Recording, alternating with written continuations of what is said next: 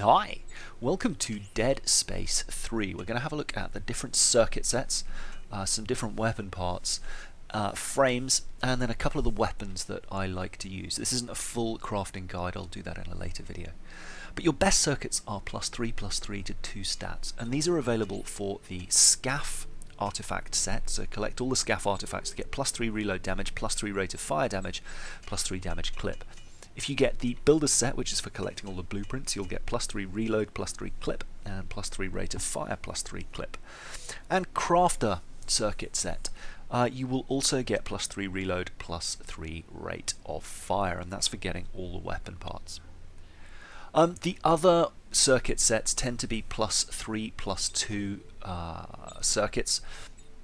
So while they're worth collecting, they're not as good. So like the EarthGov, the Unitologist, the research ones are all +3/+2 and various stats.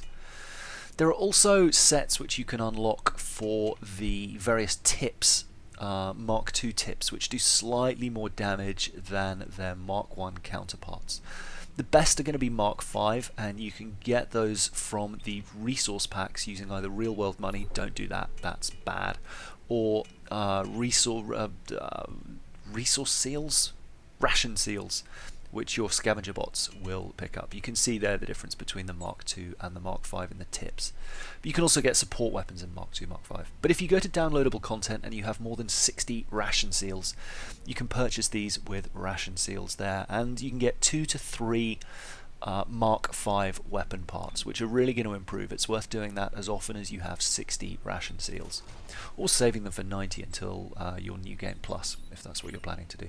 The next thing to think about is frames. You've got the standard frames, compact and heavy. They support 2 weapons. The elite frames, they come with 4 circuits unlocked as opposed to having to buy the extras. The compact EarthGov frame offers 2 weapons, as does the heavy SCAF frame. It's got upper and lower circuits, but you can see Wellers and Hammonds only offer the top weapon. And actually having reload and clip probably isn't that useful. And then you've got the Mark II overclock compact and heavy frames, which offer slightly better reload, but realistically I wouldn't bother with those too much. You want to probably go for the custom frames.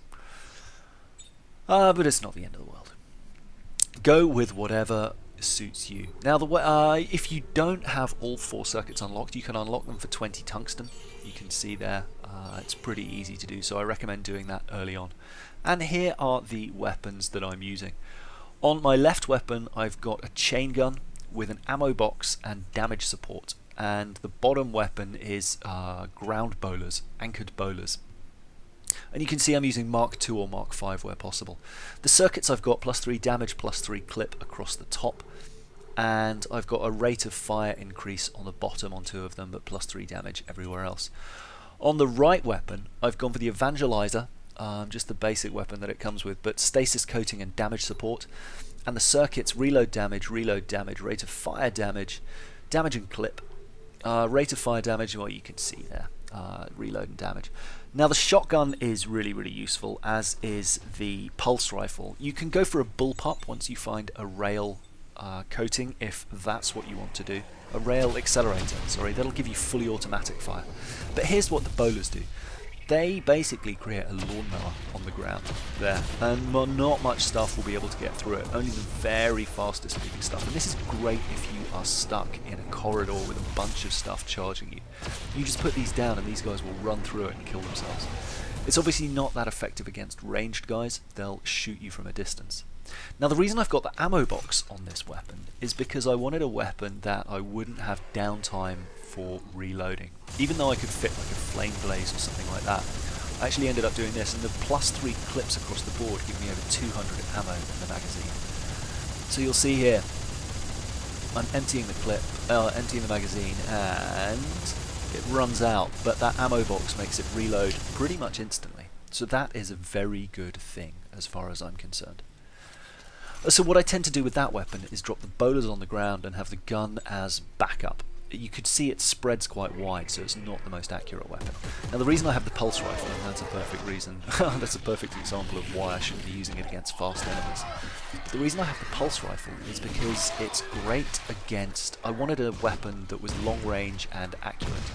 I'm not a big fan of the scope, just because if you have a scoped weapon, you're going to want long range parts on both, and there's actually no reason you'd really need two long range accurate weapons, to be honest. Plus, the necessity, or the few times that you actually need to zoom, are so few that it doesn't actually make a lot of sense to have a dedicated weapon for it. Maybe you'd want to keep it in the safe and use it for the times when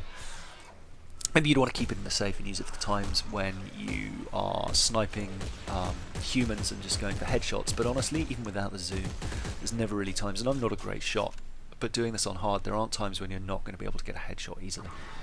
The shotgun is a lot more fun. You can see here the pulse rifle, even though it's semi-automatic and you have to pull the trigger each time, it'll fire pretty fast. And the stasis coating means that even the things that are coming to you quickly are going to get slowed down if they can take a lot of bullets. But honestly, with the pulse rifle, because you can aim your shots so accurately, you can just take limb shots one at a time. The shotgun is great because if stuff does make it past the pulse rifle, you can just pretty much unload in their face, and it's going to one-shot kill them most of the time. We've got a couple more minutes of playing around with these weapons, but you can see there, even one bullet will take off the leg, one bullet on the arm, one bullet on the head. The only guys that are really problematic are these guys, and that's only if you shoot them in the head, in the chest. Then they'll split in half and get those funny little tentacles come out. But there you go, you can see the shotgun just absolutely decimates. Now I'm aware I've got the Evangelizer Carbine, which is a pre-order bonus, which gives me a slightly better speed and damage on these weapons. But with the right circuits and the right tips, you can absolutely, if you're using Mark II or Mark V tips, you can get pretty close to the same sort of damage. And again, if you prefer a semi-automatic weapon, a fully automatic weapon with equivalent accuracy, go for the bullpup, so fit a military engine with the rail accelerator. I'm just putting some stuff down there, but there's no one left. There's no one else coming. Anyway, that should give you an idea of the types of weapons I use. I've played co-op, and a bunch of people I've played with have really enjoyed using explosives, and I've got to admit they're kind of fun. But you'll almost certainly want to fit an explosive guard onto your weapon, which basically means giving up a pretty decent alternate option. The other stuff I've seen people have a lot of fun with, and I actually used for a while, are the javelins, electrified javelins that lock people to the wall. Are kind of ridiculously fun. Because I had stasis coating on my weapon, I ended up actually never really using stasis itself, so it meant I could free up inventory space for other stuff, which was usually med packs that I forgot to use. But yeah, those are the weapons that I like to use. Pulse rifle and shotgun, or bullpup and shotgun. The pulse rifle is military engine and diffraction Taurus, I think. And conic dispersal and military engine for the shotgun.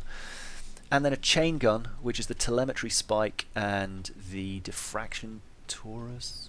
I don't know, you saw at the beginning. And the bowlers, which I think is the Tesla core and, I don't know, something else. Anyway, I hope that was useful. I hope you've got some more clarity into the circuits. Again, the circuit sets that you want to get are the SCAF Artifacts, the blueprints, all 12 or 11 of those, and the weapon set.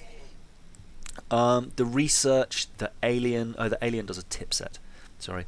But the research, the comms, the Unitologist artifacts, and the EarthGov artifacts all give +3, +2 circuit sets. So they're not going to be as useful. Anyway, I hope it's useful. Bye.